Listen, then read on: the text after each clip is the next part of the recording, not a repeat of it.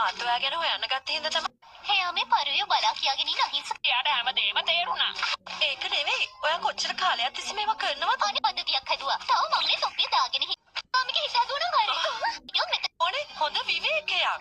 දෙන්න යාළුවෙන් එතනයි හොඳම තැන. නටන්නේ.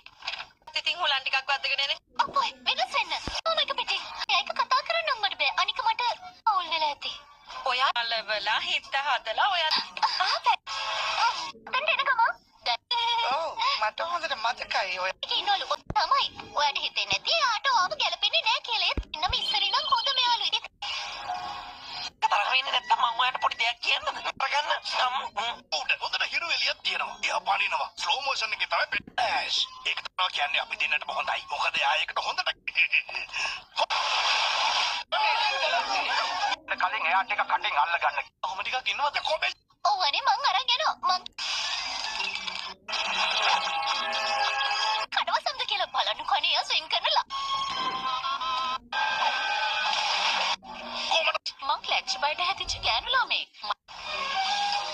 අසේ ඉන්න පොඩි විදිහ. කරගෙන යන්න මං ඉන්න දැන් යනවා.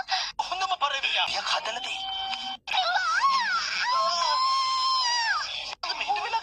මම මේ අර පොඩ්ඩක් පීනන්න පුරුදු වෙන්න. එතකොට ඔය පරියෙත් එන්නේ. හැබැයි ඒක අපිට වැඩකට ඇති දෙයක් කරගන්න පුරුදු කරaya මේ නගර ගැලවන්න දාන්න කියලා. උත නපුරේ පුරෝලා දාන්න. මිස්ටර් පීචර් මම තමයි ෂැඩෝ ෆ්ලයි අකුමා. කාකාමි අනේක පාරක් උදත්තා. අපි තාම වැඩේට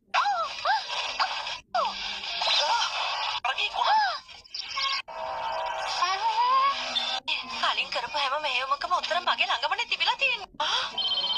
රතු චූටි. දෙපාවරව නවත්තන්න බලාගෙන ඉන්න දුෂ්ට. ඔය හිටියාම තමයි මගේ පත්තත් බයයි පරියන්ටත් බයයි. ඌලගේ සෙල්ලම් කර.